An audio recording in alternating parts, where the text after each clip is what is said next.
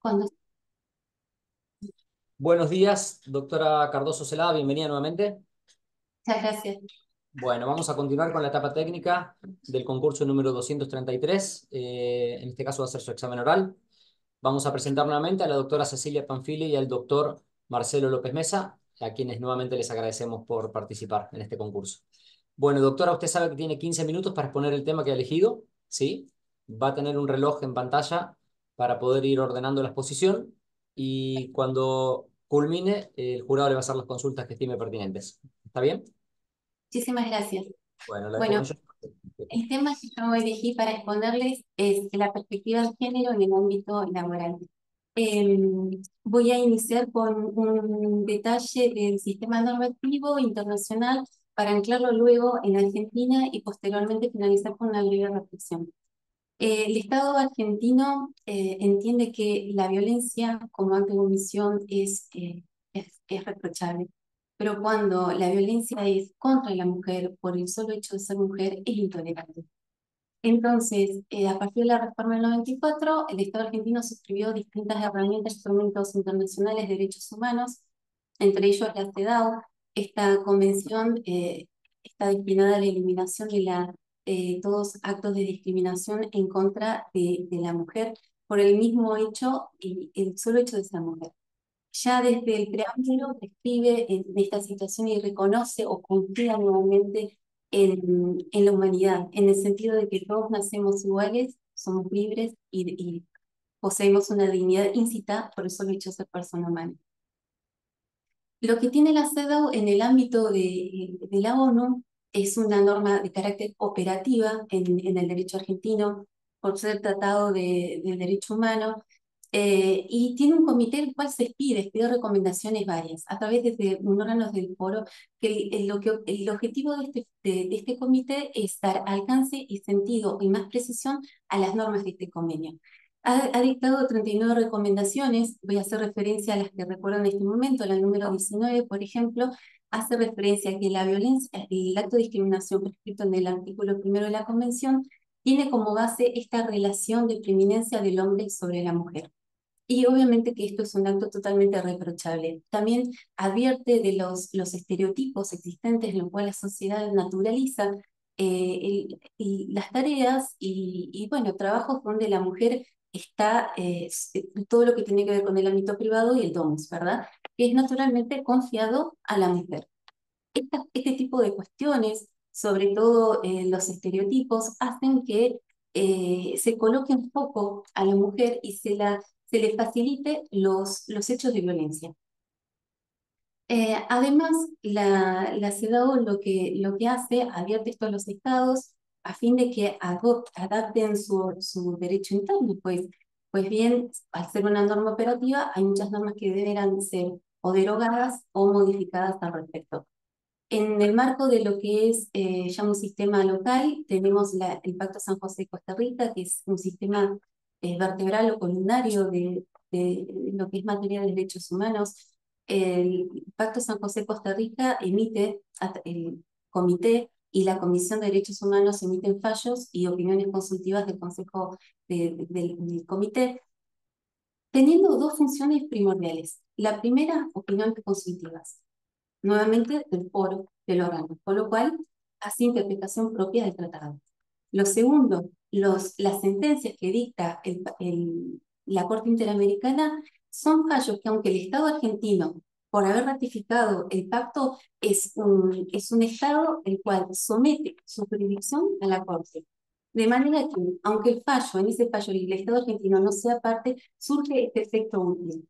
Así, la Corte a través de los fallos también ha determinado estándares a los cuales los estados deben adoptar su conducta, sus fallos y también su derecho interno.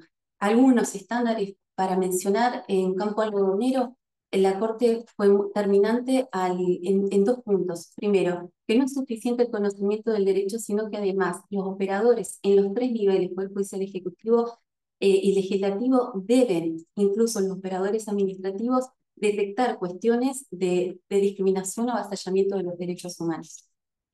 Además, en cuanto al aspecto de la reparación del daño, avanza en esto que no solo tiene que ser restitutivo, sino que la reparación tiene que ser transformadora, en el sentido que va más allá, y así como lo receta actualmente el Código Civil, no se busca solo la restitución o la reparación del daño en sí, sino además la concientización. Por ejemplo, creación de fundaciones con el dinero de la parte condenada para concientizar, para capacitar, publicaciones de las sentencias, etcétera. Ya también creó con un caso de Claudina Vázquez contra el Estado de Ecuador. En este caso, Claudina, una chica de 17 años, cuando sale de la facultad, eh, ella pierde la vida. La madre, luego de hacer varias denuncias, la fiscalía no quiso investigar y no investigó la causa de la muerte, sino que por una discriminación estereotipada, porque era una chica que tenía un piercing en el ombligo, se entendió el fiscal que ella había sido la dueña, ¿no? de esa muerte, y puso el foco en la culpa de la víctima sin investigar al victimario. Entonces acá crea la Corte el estándar de discriminación estereotipada. Posteriormente, con el fallo de una niña contra el Estado de Guatemala, la niña de 3 años, que esta niña se contagia a través de una transfusión de sangre contaminada con el virus de HIV.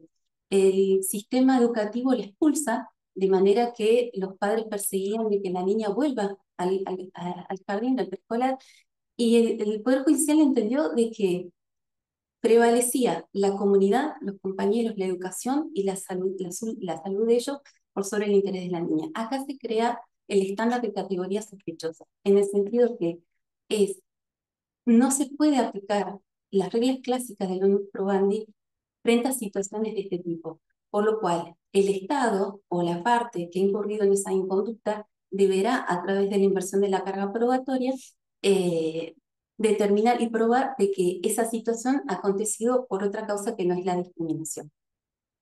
Bueno, también tenemos la Convención de Belém do Pará, que nos brinda una política integral y de muchas herramientas para los cuales el Estado argentino puede aplicar. Tenemos también, conteste con el acceso a la justicia, la tutela efectiva, el artículo 8 y 25 del Pacto San José de Costa Rica, y en este sentido de que se implementen internamente políticas integrales que sean progresivas, el Estado, por el artículo 26 del Pacto San José de Costa Rica, avance en la conquista de derechos sin retroceder una vez que se han logrado. Todo este corpus juris internacional es receptado en la Ley de Protección Integral de la Mujer en Argentina, que nos determina lo que es la violencia, también hace la diferenciación de lo que es sexo y lo que es un género, ¿no? Cuando el género es una construcción totalmente cultural no tiene nada de democrático, no tiene nada de equitativo, sino que son roles que la sociedad espera y asigna a cada sexo. Determina que también funcionan en el ámbito y se aplica en el ámbito privado, en el ámbito público, nos da los tipos de violencia, y en el artículo 6, inciso C, habla de la violencia en el ámbito laboral. Es la primera mención que contamos en algo específico de lo que es el ámbito laboral. Pero sucede que recién a partir de la creación de la Convención de la 190, que es una convención sobre el acoso y la violencia en el ámbito laboral, ratificada por Argentina en el año 2022, en febrero de 2022. Claro que la violencia en el ámbito laboral afecta relaciones interpersonales entre los compañeros, afecta en cuanto a la tacha de reputación de la firma y sobre todo en la productividad. Entonces, acá tenemos el primer concepto en el artículo primero de lo que es el acoso y la violencia en el ámbito laboral. Sucede lo siguiente, que en todo convenio los términos y conceptos son laxos, los límites no están diseñados perfectamente. Y el objetivo de que se detalle de esta manera es para buscar el consenso mayor entre todos los Estados miembros. Por eso es que este convenio no fue ratificado por estados africanos y algunos de Asia, y así ha quedado la comunidad LGTBI más ha quedado fuera. Sin embargo, por la Ley de Prácticas Antidiscriminatorias 23.592, se le podría dar la protección debida a este colectivo. Cuando habla del acoso, el acoso tiene que ver con aquellas conductas del victimario sobre la víctima, son comportamientos de connotación sexual que pueden ser verbales, pueden ser físicos, donde la víctima rechaza o no los consiente y el objetivo es alterar su ambiente laboral, presente o futuro. ¿El objetivo del victimario cuál es? Quebrarla mentalmente, quebrarle su red de contención, para que la víctima, claro, una vez quebrada, ceda a lo que él pretende. El acoso tiene dos modalidades básicas, que una es el acoso sexual, es obtener un favor sexual como tal, y cuando el victimario no logra esto, se convierte en una intimidación en el ambiente laboral, generando hostilidad, hasta que, porque es el objetivo, sostener a su víctima para que ella en algún momento pueda ceder. Con esto no sucede, este tipo de acoso se vuelve mobbing laboral, que es una conducta repetitiva de hostigamiento, de persecución, donde el objetivo del victimario es la retractación, en el sentido que busca o la renuncia de la víctima o que desista de todo este proceso de postulaciones para mejorar su situación laboral. De manera que una y otra tiene finalidades distintas, pero ambas y todas son reprochables. Eh, También hay otras causas que habilitan o permitan, facilitan de alguna manera la violencia en el trabajo. Ya les hablé un poco de los estereotipos. La ley de teletrabajo, la 27.555, exhorta a que se abandonen los estereotipos. Esto de que en la medida que se asocie el ámbito privado a las tareas propias de la mujer, esto no hace nada, no genera ningún tipo de cambio. Posterior, bueno, hay otros, el convenio de la 111 también de la OIT, mucho anterior al 190, se refiere al acto de discriminación. Da un listado de algunos parámetros o factores para tener en cuenta sin que estos puedan ser considerados tales como taxativos. La edad, la salud en materia laboral, una mujer embarazada, por ejemplo, una mujer que se incapacita por un accidente de trabajo, es excluida del sistema. Todos estos actos, lógicamente, son desdeñables.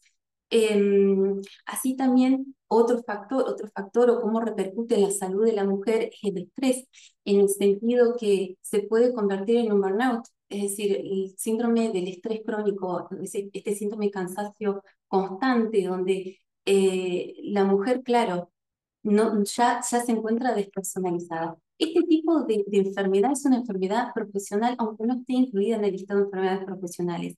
Fue incluida en el listado del catálogo de la OMS y como tal ha sido reconocida a través del convenio 155 de la OIT y el protocolo facultativo del 2002, en el cual se entiende que toda enfermedad profesional es aquella que se origina en ocasión del trabajo.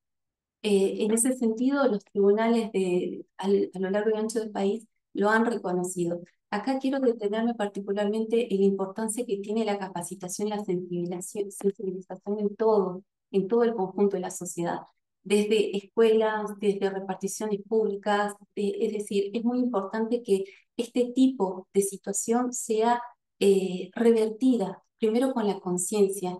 Hay una hiperinflación legislativa, al decir la doctora Graciela Medina, y es cierto, pero la norma no va a cambiar la conducta. Primero hay que arrancar de la base, y la base es mirando esa realidad a través de una perspectiva de género, porque esa perspectiva es la que nos permite remover obstáculos, revisar la norma con una aparente neutralidad para poder dar una aplicación. En un proceso no es lo mismo una pericia médica efectuada a una mujer que efectuada a un hombre. No es lo mismo en la medida que la mujer tiene otras condiciones de vulnerabilidad que en el hombre no se presenta.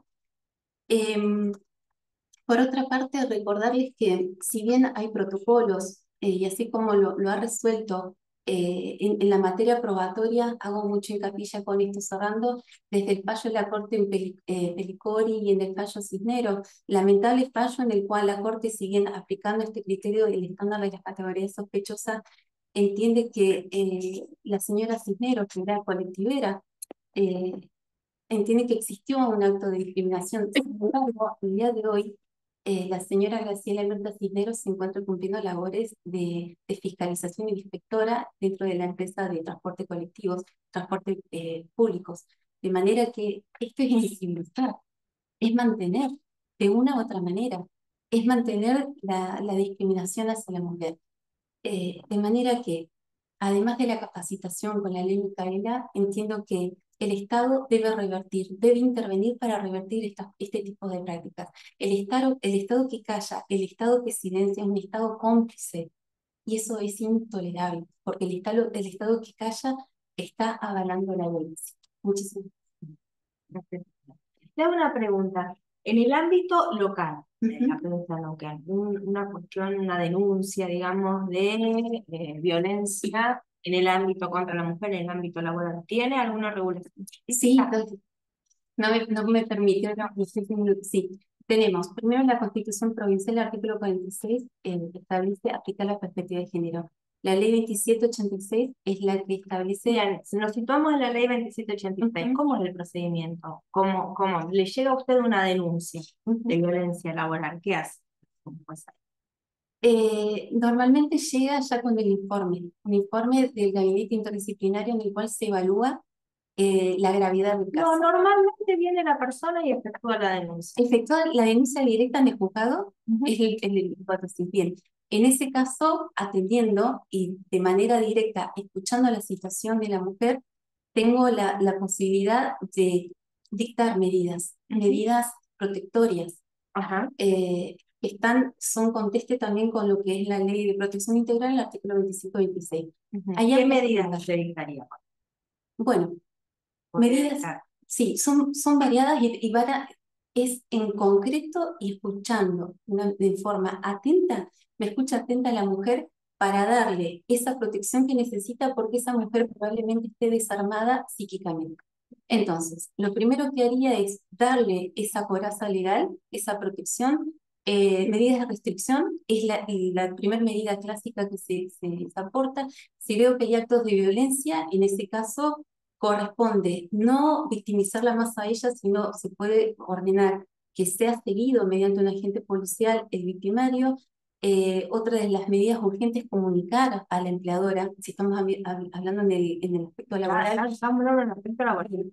Notificar al sindicato, notificar a la empleadora para que se tenga resguardo de la situación que está sufriendo esta mujer.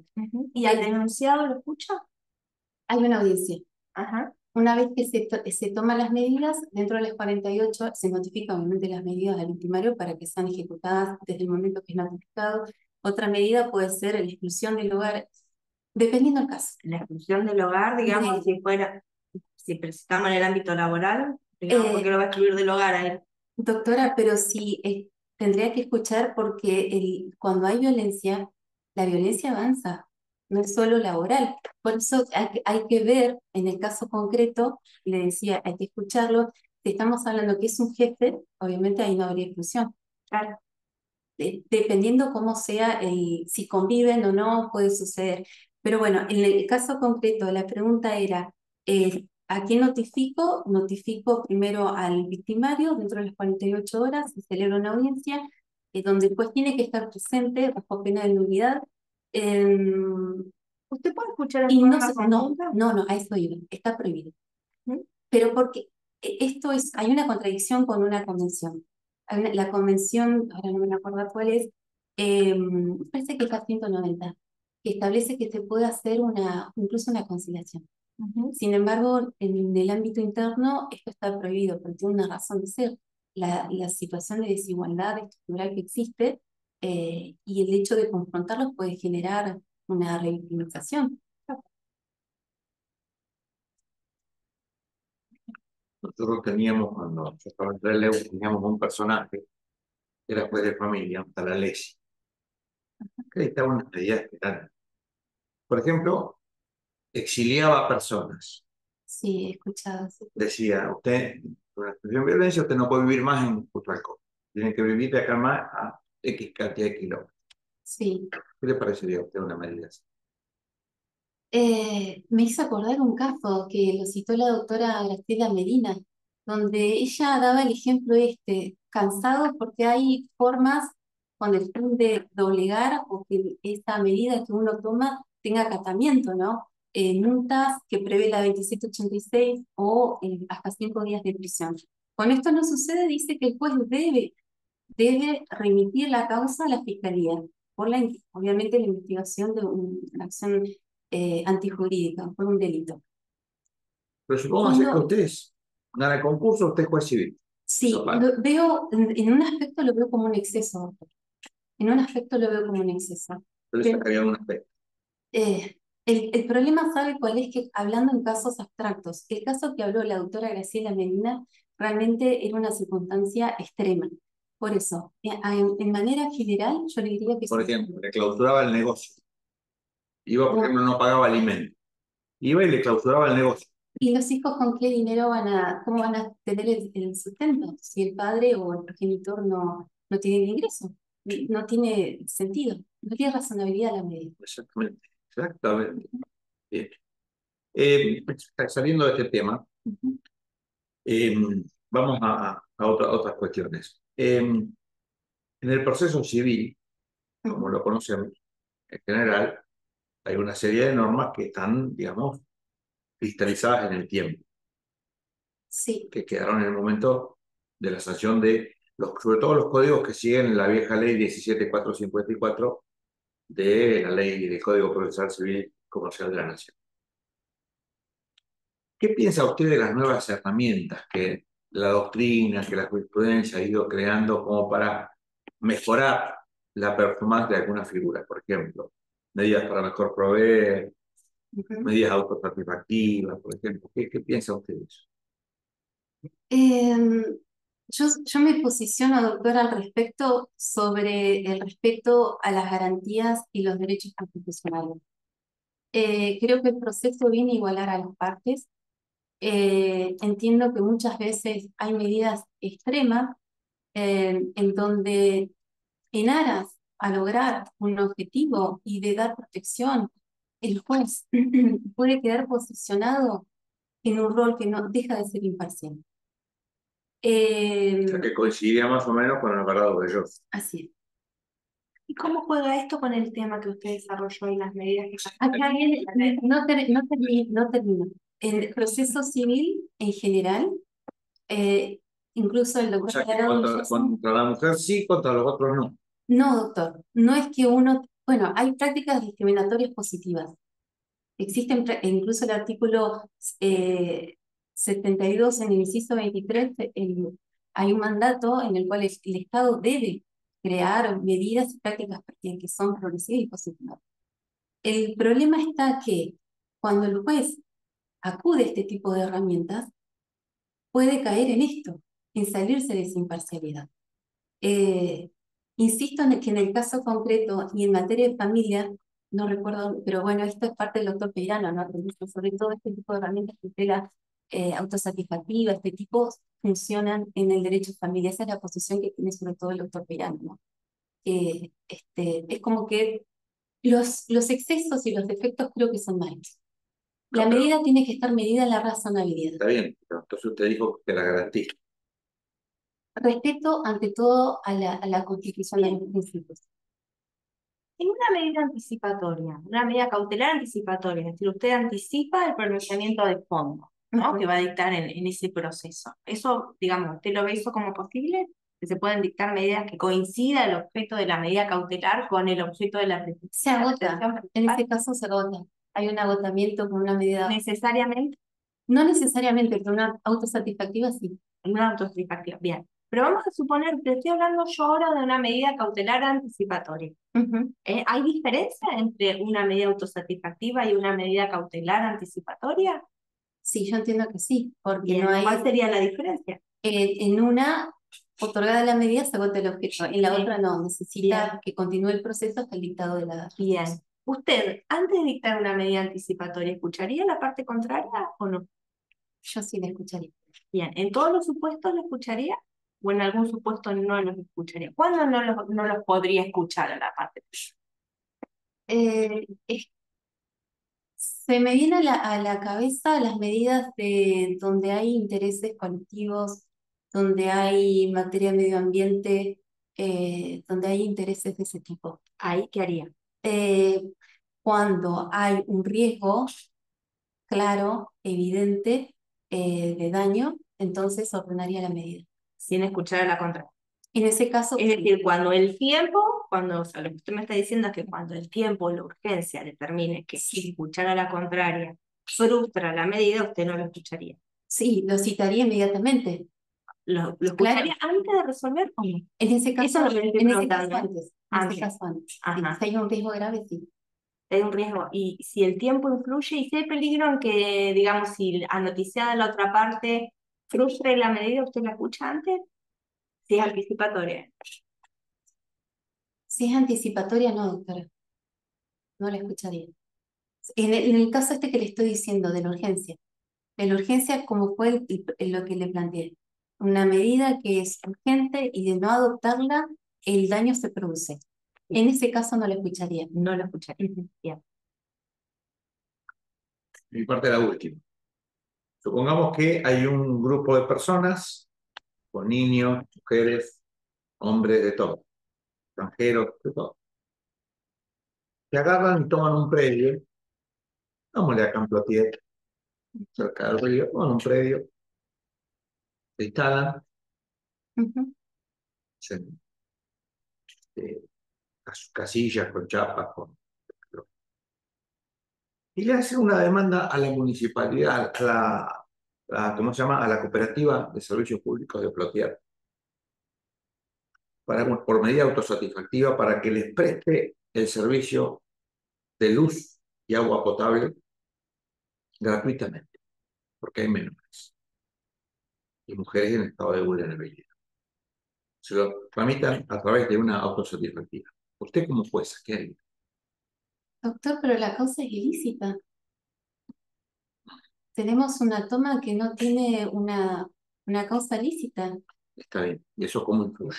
De manera que yo como jueza no podría habilitar ni apoyar una cosa de ese tipo. No está en mi alcance. Por más que como mujer, por más que como madre, yo pueda compadecer y entender los intereses o la desesperación de esas madres. Pero no está en mi alcance, doctor, resolver eso. No debería, mí. Eso se llama cláusula clean hands, manos limpias. Hay un fallo de la Corte, un solo fallo de la Corte Argentina, en un voto del doctor Masnata, Ajá, de quién? 1973. Oh, Pero eso es una doctrina de como el clean hands. sí. Yo coincido con eso. De hecho, tuve que resolver un caso así. El juez de primera instancia le había hecho lugar, incluso sin impuesto. Hizo lugar, o sea, a costo de los afiliados de la cooperativa. Allá ¿Cuál es? en Entonces, en el caso es sobre la playa galesa, ¿no? Ocuparon la playa galesa. Este, y, y la verdad que nosotros creo que el defensor oficial también los patrocinaba, el juez de primera instancia le hizo lugar, o sea, unas cosas sin escuchar, imagínense, ni a la municipalidad, ni a la cooperativa, ni a los usuarios de la cooperativa, que iban a ser los que tenían que pagar. $1.000.000 salió. Entonces imagínense la factura que llega distribuido entre los pocos que viven ahí, porque aparte son poca gente, como si fueran Plotier, porque le llega distribuido, qué sé yo, no sé, $2.300. Claro.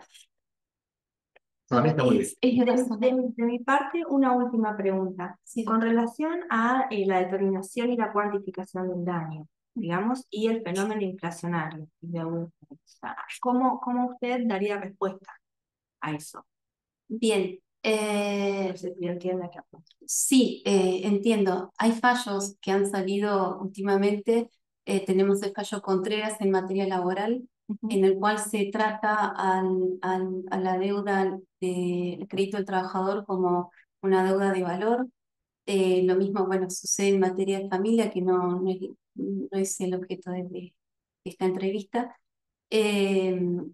Lo cierto es que ¿Y en el ámbito civil? en el ámbito civil hay que ser cautos, doctora. Hay que ser cautos. Porque está bien, las tasas como tal, una tasa pura está muy por debajo hoy de la inflación. Entonces, el criterio que está aplicando ahora la Cámara del Interior es duplicar el interés. Está bien. Ahora, acá estamos frente a qué tipo de obligación, en el caso de daños y perjuicios derivados de un accidente de tránsito. Ujú. De acuerdo a su criterio, ¿qué tipo de obligación está? Si es una obligación de valor, doctora, tiene que ser una tasa pura. Pero para ustedes, ¿estamos frente a una obligación de valor o estamos frente a una obligación de dar sumas de dinero? No, si es de dar sumas de dinero, Según el 1748, los intereses corren desde el momento del acrecimiento. Bien, en el caso del daño y perjuicio, yo reclamo el resarcimiento de la incapacidad física, digamos, que me produjo ese accidente, ¿no? Entonces reclamo por daño material la suma de 100.000 pesos. Bien, usted tiene que dictar sentencia. Esa pretensión que yo, digamos, reduje en la demanda, ¿es una deuda de dinero No, o de dinero, claramente es de dinero. Ajá. ¿Y cómo hace entonces, si usted considera que es una deuda de dinero, cómo, de dar suma de dinero, cómo hace usted, digamos, para cubrir la desvalorización? Porque, digamos, le afecta entonces la desvalorización monetaria. Claro, sí, la inflación lo que hace es licuar Bien, ¿y cómo hace? hacerlo? ¿Y cómo hace entonces? Primeramente, al aplicar, si hay incapacidad que fue el supuesto, se aplica una fórmula. Con esa, Está bien, yo determino la fórmula y ahí utilizo el salario que, digamos, que cobraba yo, digamos, al momento que me atropellaron y me causaron el daño. O sea, un valor histórico. sí, Bien. sí, Aplico la fórmula con valores históricos. Me da una X cantidad. Eso, digamos, es afectado por la inflación. sí. Vamos a suponer que usted llega, tiene que dictar sentencia y pasaron 5 años, desde el accidente hasta el momento que usted dicta sentencia. El impacto de la inflación, ¿cómo lo funciona? Bueno, primero se aplica el interés de la tasa activa, que tiene, que No tiene- lo cubre. Yo le hago le hago la... hay una opción que le digo que no cubre. el 770, lo que también prescribe, en este caso que es obviamente pedido por la parte, es la capitalización de intereses al momento de demandar, o cuando se practica una planilla de liquidación desde el juzgado. Quizás en el alegato lo pidan y dé, digamos, esta chance de poder capitalizar para mejorar La capitalización que prevé el 770, que usted alude, ¿en qué oportunidades está prevista para deuda? Usted me está diciendo que estamos hablando de deudas de dar sumas de dinero, ¿no? Sí, es son 4 supuestos, cuando esté dispuesto en la ley, cuando las partes así lo acuerden, cuando haya una demanda interpuesta, cuando haya una planilla de liquidación. Bien, cuando haya una demanda interpuesta, ¿ahí se capitaliza con la interposición de la demanda? Al interponer demanda, creo que, no recuerdo ahora bien el inciso, pero es al interponer demanda, sí, La notificación de la demanda. una notificación, que es lo que dice el fallo. Claro. Bien. Ahora, eso es un tema, la capitalización. Ahora, vamos a suponer que usted capitaliza los intereses, pero esa capitalización, digamos, tampoco cubre la desvalorización monetaria, ni la inflación. Se licuó igual el crédito. ¿Eso merece una tutela, digamos, o no? Sí, claro que merece, porque si no, la reparación no estaría dada la reparación integral. Yo lo que aplicaría hasta el momento actualizaría desde el evento dañoso hasta el dictado de la sentencia, Actualizaría. lo aplicaría claro, la actualización con un interés duplicado de tasa activa. Y a partir de ese momento, del dictado de la sentencia, Sí, ¿es posible duplicar la tasa activa de interés? ¿El juez puede disponer la duplicación de la tasa activa? ¿Dijo algo la Corte Suprema con sí, relación a hay eso? un fallo. ¿Y? Hay un fallo, y la Corte dice que Bueno, ¿y usted pero qué lo va a hacer están, con eso? lo están aplicando, es el criterio que tiene la Cámara. La Corte. Sí, la Corte hay una obligación moral de seguir sus precedentes. No ¿Y entiendo. entonces qué hace usted como jueza? Como jueza, ¿A quién sigue? ¿O qué hace? ¿qué hago? ¿Está obligada a seguir a la Cámara? No, hay una obligación moral, lógicamente, de seguir los precedentes, porque si son criterios que han aplicado es porque el sentenciante de primera instancia aplicó un criterio que la Cámara considera que lo debe revertir. La Corte ha dicho que más que una obligación moral. En el caso Rivero, Ujú. De la Corte. la Corte dijo que hay una suerte de obligatoriedad institucional. Y posteriormente, esta integración de la Corte dijo directamente que son obligatorias. Directamente. Sí, yo entiendo eso. Sin embargo, disiento en el aspecto de que cuando hay hechos que se alejan de esos precedentes y el juez puede brindar argumentos nuevos, podría bien. partir. Eso es otra cosa. Eso es otra Eso es cosa. otra cosa. Esa es otra cosa. Ahora, Cosa. vamos a suponer que usted duplica la tasa, porque sigue a la Cámara, digamos, y duplica la tasa, pero Cuando le plantean, le hacen todos los cálculos y le demuestran que aún duplicando la tasa, aún capitalizando con la notificación de demanda, usted no, digamos, ni se acerca a la inflación, sobre todo en los últimos años, que ha sido exponencial, ¿no? En el último año superó el 200% interanual. Y digamos, la inflación es como, opera como un interés compuesto, sí, casi, ¿no? Entonces, le demuestran a usted que no cubre la inflación. ¿Qué hace usted? Si es de hace muchos años, lo que trataría de ver son los periodos de inflación para poder cubrir eso. ¿Cómo los cubriría?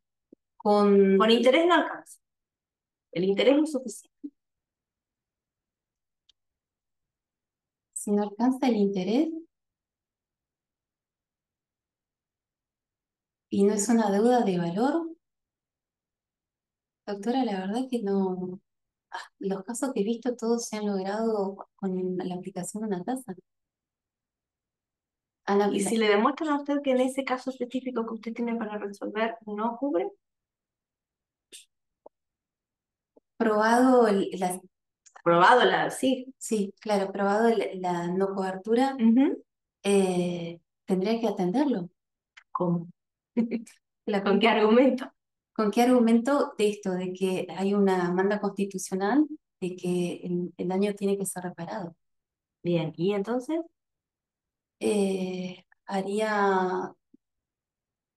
Tendría que ordenar.